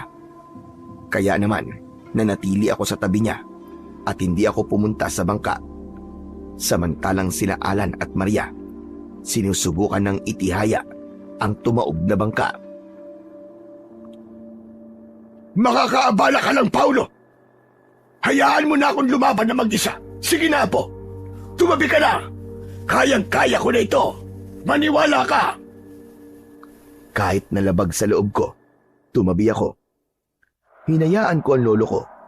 Samantalang unti-unting lumalapit ang mga aswang kay Lolo, ay mas lalong lumakas ang kaba ko. Natatakot ako para sa kaligtasan niya. Subalit siya ay nanatiling kalmado lang at naghihintay sa pagsugod ng mga aswang.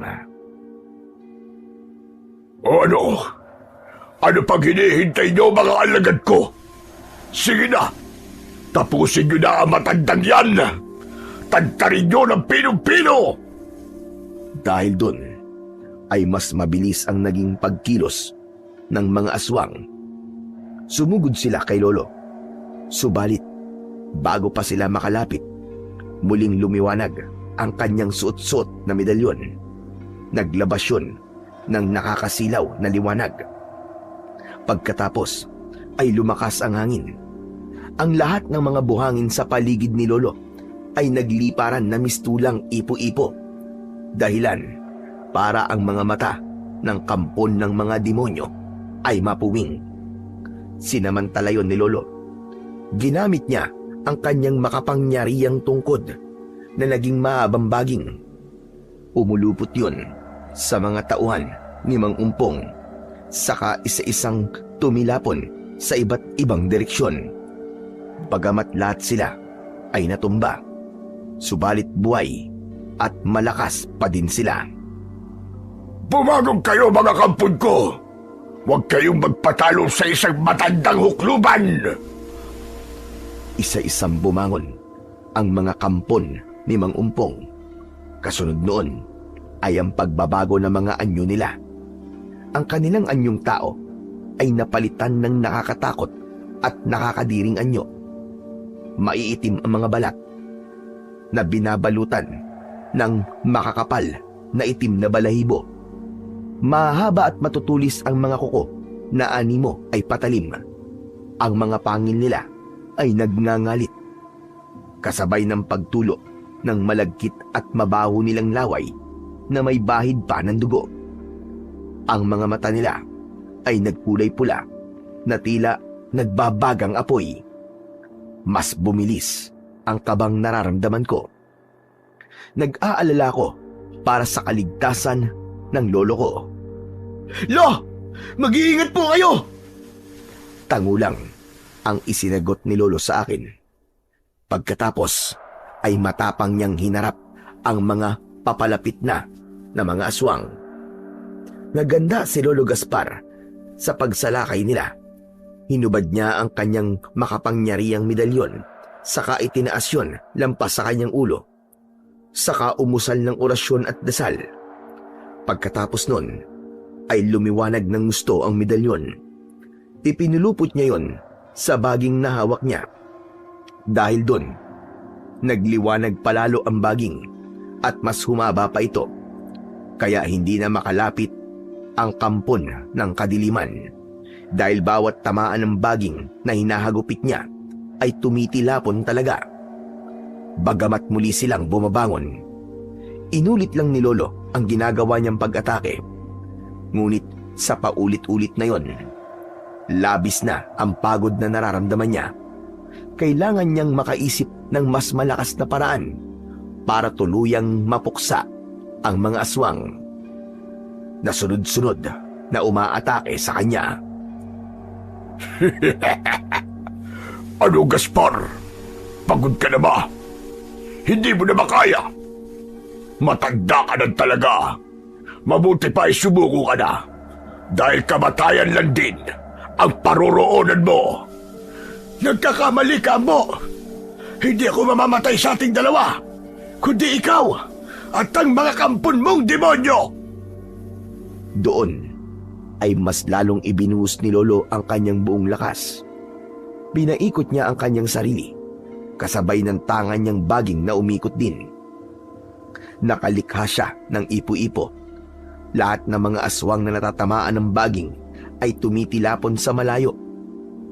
Ang mga buhanging sumasama sa ipo-ipo ay tila apoy na pumapaso at sumusunog sa mga katawan ng mga aswang, hanggang sa tuluyan silang matupok at mamatay. Ngayon, Ambo, ikaw na lang ang natitira. Patay na ang lahat ng mga alagad mo. Kaya humanda ka na din sa kamatayan mo! Walang inaksayang sandali ang lolo ko. Ipinulupot niya ang baging sa katawan ng matandang si Mang Ambo na nagpanggap bilang Mang Umpong. Pagkatapos ay pinagulong yun ni lolo palapit sa kanya. Nang mailapit na sa kanya ang katawan ng matandang aswang, ay sa kanya ikinintas dito ang kanyang mahiwagang medalyon. Malakas na napasigaw ang aswang. Kasunod ay ang matinding liwanag ng medalyon. Kasunod ay ang malakas na pagsabog ng katawan ng matandang aswang kasama ang medalyon. Labis ang saya ko ng mga sandaling yon. Sa wakas, wala na ang mga aswang sa isla. Makakapamuhay na kaming payapa mula ngayon. Wala na ang medalyon ni lolo, pero wala na din ang lahi ng mga aswang na kumitil sa buhay ng nanay ko. Halika na, Apo.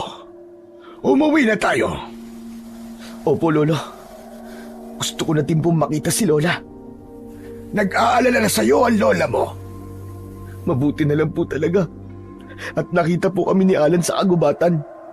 Dahil kung hindi po, baka napatay na po kami ni Maria ng mga aswang na yun. Ay, teka sandali. Alan, paano mo nga pala nakilala ang lolo ko? Mapalad lang ako dahil sa napadpad ako sa dalampasigan malapit sa mismong daungan ng barko. Doon ay nakita niya ako at nagtanong. Nakilala ko siya na lolo mo siya dahil doon sa larawan na ipinakita mo sa akin. Susunduin sana kita sa daungan ng barko. Subalit nabalitaan ko ang paglubog ng barkong sinakyan niyo. Kaya nang lumapit ako kay Alan para sana magtanong, ay nalaman kong kaibigan mo siya. Labis akong nag-alala dahil nga hindi kanya kasama. Kaya isinama ko siya pa uwi sa bahay natin. Saka nagplano kaming hanapin kayo. Ilang isla na din ang napuntahan namin ni Alan. Mahanap ka lang, Apo. Yun nga ang huling isla na pinuntahan namin. Mabuti na lamang at hindi kami nahuli ng dating, kundi baka napatay ka na ng ambo na yon. Salamat, Alan. Salamat po, lolo. Oo nga pala. Paano kayo nagkita ni Maria? Doon po, lo, sa may barkong papalubog na. Pero nung binalikan ko po siya, wala na po siya doon kasi pinuntahan ko po si Alan. Tapos yun nga po, nung mapadpad po ako doon sa isla, doon din po pala siya napadpad. Hanggang sa yun, nalaman namin na pugad po yun ng aswang, kaya nagtulungan na po kaming dalawa kung paano po makakatakas. Matagal ka ding nawala sa baryo natin, Maria. Isang pambihirang pagkakataong nagtagpo kayong muli ng apo ko. Tama po kayo, Lolo Gaspar. Mabuti na lang po. At si Paulo po ang nakasama ko. Bakit naman? Ano bang ibig mo sabihin? Marami po kasing hindi inaasahang pangyayari habang naroon po kami sa resort sa lugar po ng mga aswang.